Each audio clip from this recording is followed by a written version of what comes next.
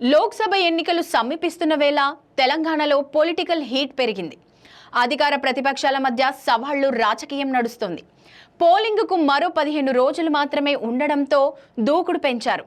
Congress BRS మధ్య ఇప్పటికే రాజీనామాల రాజకీయం నడుస్తుండగా తాజాగా ఈ వార్లోకి బీజేపీ కూడా ఎంట్రీ ఇచ్చింది.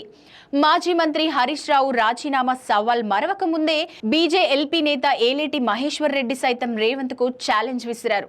అసెంబ్లీ ఎన్నికలకు ముందు రేవంత్ ఇచ్చిన హామీలు అమలు చేస్తే రాజకీయ సన్యాసం తీసుకుంటానన్నారు.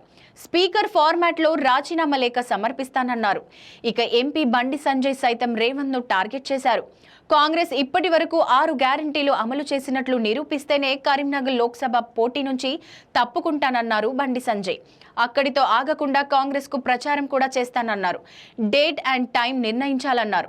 6 గ్యారంటీల అమలు చేసినట్లు నిరూపించకపోతే కాంగ్రెస్ అభ్యర్థులంతా పోటీ నుంచి తప్పుకోవాలని సవాల్ విసిరారు సంజయ్.